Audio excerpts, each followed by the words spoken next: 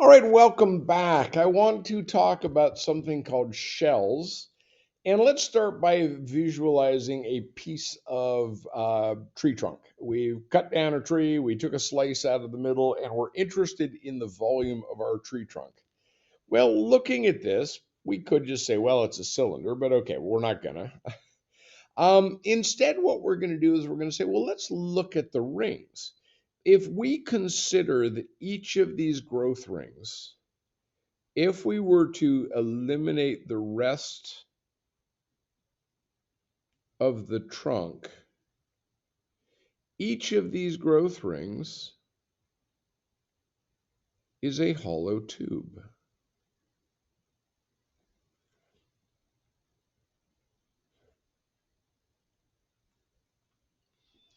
And this hollow tube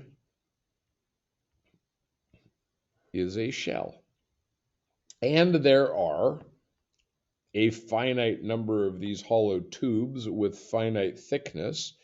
But if we were to take the limit of these shells with an infinitesimal thickness, we've got a calculus problem. So how do we figure this out? Well, the first thing we do is let's say, well, let's find the volume of the shell. And what I'm going to do is I'm going to take my knife and I'm going to slice right down one side of this shell and I'm going to unroll it. And when I unroll this shell,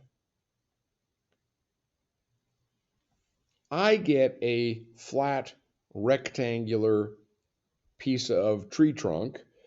It has a length, which is the circumference of the shell. It has a height that's the height of the shell.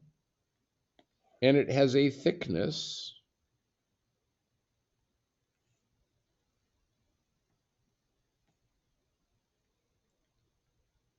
that is the thickness of the shell. In other words, I've got volume. So let's talk about a particular function. Here I am with the function f of x equals 3x minus x squared. And I am going to rotate this function around the, where am I rotating it? I take it back. We decided for no apparent reason to make this slightly more complicated. I'm going to rotate this function around the line x equals 1. So what I end up with is something that looks sort of like a bundt cake. And I don't know if everybody is familiar with a bundt cake. So let me paste a quick picture in. So there you go. There's a bundt cake. It's got a hole in the middle. If you look all the way down into the hole, there's a little gap. The little gap represented by this space right here on our function. Yes, we don't care about virus and threat protection right this second. And the cake itself is just a ring shaped like our function here, 3x minus x squared. So let's think about our shell. We're going to take a vertical slice of this cake and we're going to spin it around the axis.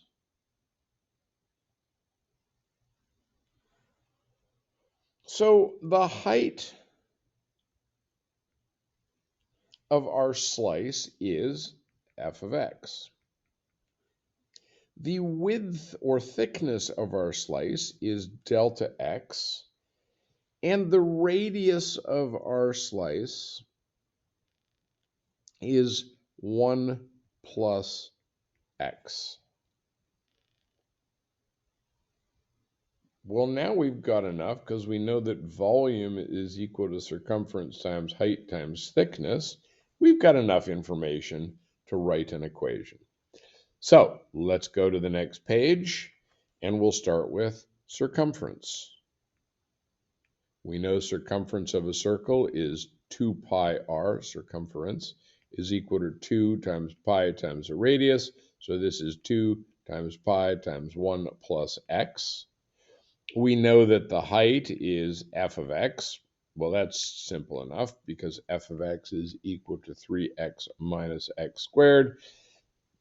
And we know that the thickness of our shell is delta x, which means that the volume of one shell is equal to 2 pi times 1 plus x times 3x minus x squared times delta x. Now, where am I going to integrate this to? I am going to, we'll jump back a little bit. Let's see. Well, I need to integrate this from x equals 0 to wherever my other x-intercept is, because each of my slices will gradually move further and further to the right. And a little quick observation shows me that that's a equals 3. So my integral from 0 to 3 of 2 pi times 1 plus x times 3x minus x squared dx. And this is, again, not a particularly complicated integral because it is a polynomial. I'll pull the 2 pi out. Integral from 0 to 3. Why am I doing this? Because, again, sometimes we want exact answers. Multiplying these together, we get 3x plus 2x squared minus x cubed dx. The antiderivative, therefore, is 3 halves x squared plus 2/3 x cubed minus 1/4 x to the 4th, evaluated from 0 to 3.